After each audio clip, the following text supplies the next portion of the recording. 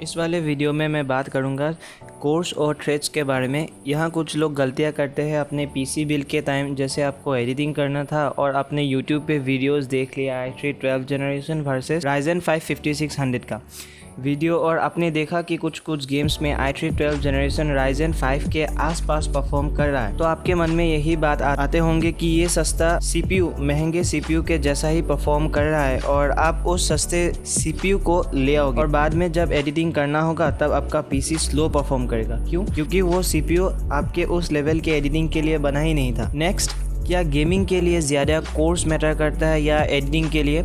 क्या कोर्स ज़्यादा होने से और भी FPS मिलेंगे? इन सारे बातों को आज हम डिस्कस करेंगे। क्या डुअल कोर प्रोसेसर्स के साथ अब भी जाना चाहिए सिर्फ और सिर्फ गेमिंग के लिए? क्योंकि 2 बंदों ने मुझे इंस्टाग्राम पे ये क्वेश्चन पूछा था, तो यहाँ मैं सारे डाउट्स क्लियर कर दूँगा। और मैं कोई इंजीनियरिंग या फिर इंजीनियरिंग का स्टूडेंट या फिर प्रोफेसर नहीं हूँ, जो मैं कहाँ वही सच होगा। हो सकता है मैं बीच में कुछ गलत बोल दिया हो, तो आप मुझे वो कमेंट सेक्शन में सही कर देना, वो मैं कमेंट पिन कर दूंगा। So let's get started. So we can break apart to hit me if I seem a little unimpressed with this. An antisocial pessimist, but usually I don't mess with this. And I know you mean only. सबसे पहले बात करेंगे course के बारे में। साल 2005 तक किसी भी तरह का CPU में कोर्स देखने को नहीं मिला था। मतलब एक ही CPU था जो कि एक सिंगल कोर CPU हुआ करता था, तो उस सिंगल कोर प्रोसेसर से ज़्यादा परफॉर्मेंस देखने को नहीं मिला था। तो कंपनीज या उनके इंजीनियर्स को लगा कि यहाँ एक और CPU लगवा दिया जाए, मतलब 2 CPUs, ताकि परफॉर्मेंस अच्छा देखने को मिले। पर मदरबोर्ड में 2 CPUs लगवाने के लिए ज़्यादा स्पेस ही नहीं था, और 2 प्रोसेसर्स लगवाने के वजह से क्या होता है कि PC का जो प्राइस है वो भी बढ़ जाता है। तो कंपनीज ने क्या किया कि जो एग्जिस्टिंग CPU था, मतलब सिंगल कोर वाला, उसी को 2 हिस्सों में बांट दिए और दोनों को अलग अलग कोर्स बना दिया वही सेम स्पेस में। तब जाके हमें डुअल कोर प्रोसेसर्स देखने को मिला। अब यही प्रोसेसर्स में जो कोर्स लगे हुए होते हैं, इनके क्लॉक स्पीड्स होते हैं। मतलब अगर एक कोर 1.4 गीगाहर्ट्ज़ में क्लॉक है तो दूसरा भी 1.4 गीगाहर्ट्ज़ तक जाने के लिए या उतना परफॉर्म करने के लिए कैपेबल है। ये क्लॉक स्पीड्स उन इंडिविजुअल कोर्स का स्पीड है, ना कि उस सिंगल प्रोसेसर की। अब मान लो आपके पास एक 4 कोर्स 8 थ्रेड्स वाला प्रोसेसर है। मैं थ्रेड्स के बारे में थोड़ी ही आगे बताऊंगा, स्किप मत कर देना वीडियो को। हाँ, तो आपका जो 4 कोर्स वाला प्रोसेसर है, मान लो आपके उस प्रोसेसर में वेब ब्राउज़र ओपन कर लिया, तो क्या होगा, वो एक कोर ले लेगा। फिर आपने उसी को मिनिमाइज करके फोटोशॉप खोल लिए और उस पर अपने कलर्स मास्क वगैरह ऐड किया, तो वो सब दूसरा एक और कोर ले लेगा। फिर आपने स्पॉटिफाई खोल लिया, उसने एक कोर ले लिया, और एट लास्ट आपने जाके प्रीमियर प्रो खोल लिया। तो यहाँ सारे जो कोर्स है वो फुल हो चुका है। यहाँ आपका जो CPU है वो बॉटलनेक नहीं करेगा या किसी भी तरह का लैग या स्टटर्स देखने को नहीं मिलेगा, क्योंकि सारे जो कोर्स है एफिशिएंटली उनको दिए हुए काम को आराम से कर रहा है। तो ज़्यादा कोर्स मैटर करता है, पर फिर भी कुछ एक्सेप्शंस है जो मैं बताऊंगा आगे। अब बात करेंगे थ्रेड्स के बारे में। थ्रेड्स या फिर इसको वर्चुअल कोर्स भी आप कह सकते हो।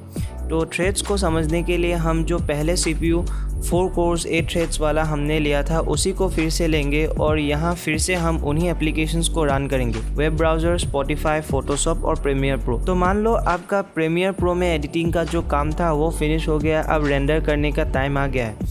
तब तो कोई दिक्कत नहीं आई, पर जब रेंडर करना हो तो वो जो लेयर्स मास्क वगैरह आपने ऐड किया था वो सारे एक ही रास्ते से निकलने में दिक्कत होती है। और तब अगर एक रास्ते के बजाय अगर हम 2 रास्ते ऐड कर दे तो क्या होगा, वो सारे जो प्रोसेस है वो इजीली फ्लो हो पाएगा 2 थ्रेड्स के वजह से। तो ज़्यादा कोर्स और ज़्यादा थ्रेड्स होने से आपका जो पार्टिकुलर प्रोसेस है वो फास्ट होता है। अब बात करते हैं क्लॉक स्पीड के बारे में। क्लॉक स्पीड मतलब जिस पर एक प्रोसेस एक प्रोसेसिंग साइकिल पर पूरा कर सकते हैं। मतलब आप एक एग्जांपल ले लो, आप एक कार को बना रहे हो जिस पे 4 कोर्स और 8 थ्रेड्स है, और आपका जो स्पीड है वो 3.1 गीगाहर्ट्ज़ है, और आपके बगल में ही एक और कार बन रहा है जो कि 6 कोर्स और 8 थ्रेड्स के साथ आता है, और उसका जो स्पीड है वो 2.3 गीगाहर्ट्ज़ है। तो यहाँ अगर आप देखोगे तो जो 4 कोर्स वाला CPU जो है वो ज़्यादा तेज़ कार को बनाएगा, क्योंकि वो सिर्फ कार को ही बना रहा है, और 6 कोर्स से काफ़ी तेज़ बना रहा है, क्योंकि कोर्स तो यहाँ पे 6 है, पर जो उसका स्पीड है वो स्लो है। यहाँ आपने देखा कि जिस प्रोसेसर का क्लॉक स्पीड ज़्यादा था वही प्रोसेस को सबसे पहले कंप्लीट कर लिया, पर हमेशा से ऐसा नहीं होता। अगर आप मल्टीपल एप्लीकेशंस को एक साथ चला रहे हो, मतलब वेब ब्राउजिंग, स्पॉटिफाई, फोटोशॉप और प्रीमियर प्रो, और फिर आपने एक वीडियो को रेंडर पे लगा दिया है, तो क्या होगा कि आपका जो 4 कोर्स वाला प्रोसेसर है वो स्लो परफॉर्म करेगा। भले ही उसका क्लॉक स्पीड ज़्यादा क्यों ना हो, पर वो जो 6 कोर्स वाला प्रोसेसर है 4 कोर्स वाला प्रोसेसर से ज़्यादा फास्ट परफॉर्म करेगा। तो किसी भी प्रोसेसर को हम उसके क्लॉक स्पीड या कोर्स के ऊपर बेस करके परफॉर्मेंस फास्ट या स्लो होगा ये नहीं बता सकते। ये दोनों ही चीज़ के ऊपर डिपेंड होता है, और किस आर्किटेक्चर के ऊपर ये बेस्ड है ये भी डिपेंड करता है। आई होप यहाँ तक आपको समझ में आ गया होगा। अब बात करते हैं गेमिंग के लिए कौन सा या कितने कोर्स वाला प्रोसेसर लेना चाहिए और एडिटिंग के लिए कितना। तो सबसे पहले एडिटिंग के लिए कितना कोर्स और थ्रेड्स वाला प्रोसेसर लेना चाहिए ये मैं बताऊँगा। फर्स्ट, ये रहा मेरा रिकमेंडेशंस एडिटिंग के लिए। नंबर 1, 2 कोर्स 4 थ्रेड्स वाला प्रोसेसर बिल्कुल भी नहीं लेना है। जब आप मल्टीपल लेयर्स ऑफ एडिटिंग कर दोगे तब क्या होगा, अब प्रीव्यू करने से पहले ही आपका एडिटिंग में ही वो जो लैग और स्टार्टर्स है वो देखने को मिल जाएंगे, मतलब वो स्टार्ट हो जाएंगे। तो ये प्रोसेसर आपको बिल्कुल भी नहीं लेना है। फिर 4 कोर्स और 8 थ्रेड्स, ये प्रोसेसर आपको 1080p लेवल की एडिटिंग आराम से करवा देगा।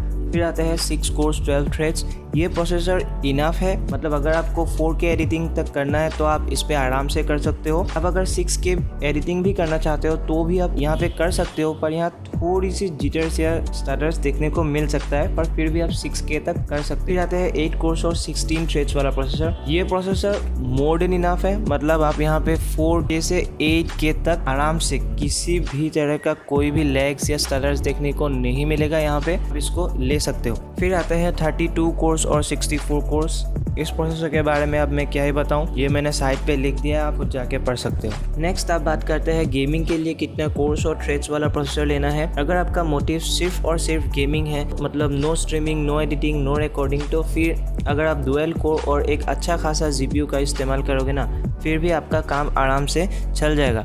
पर आज के टाइम पे मैं डुअल कोर को बिल्कुल भी रेकमेंड नहीं करूँगा, क्योंकि कुछ मॉडर्न गेम्स को मिनिमम 4 कोर्स और 8 थ्रेड्स लगता ही है, और डुअल कोर फ्यूचर प्रूफ भी नहीं है।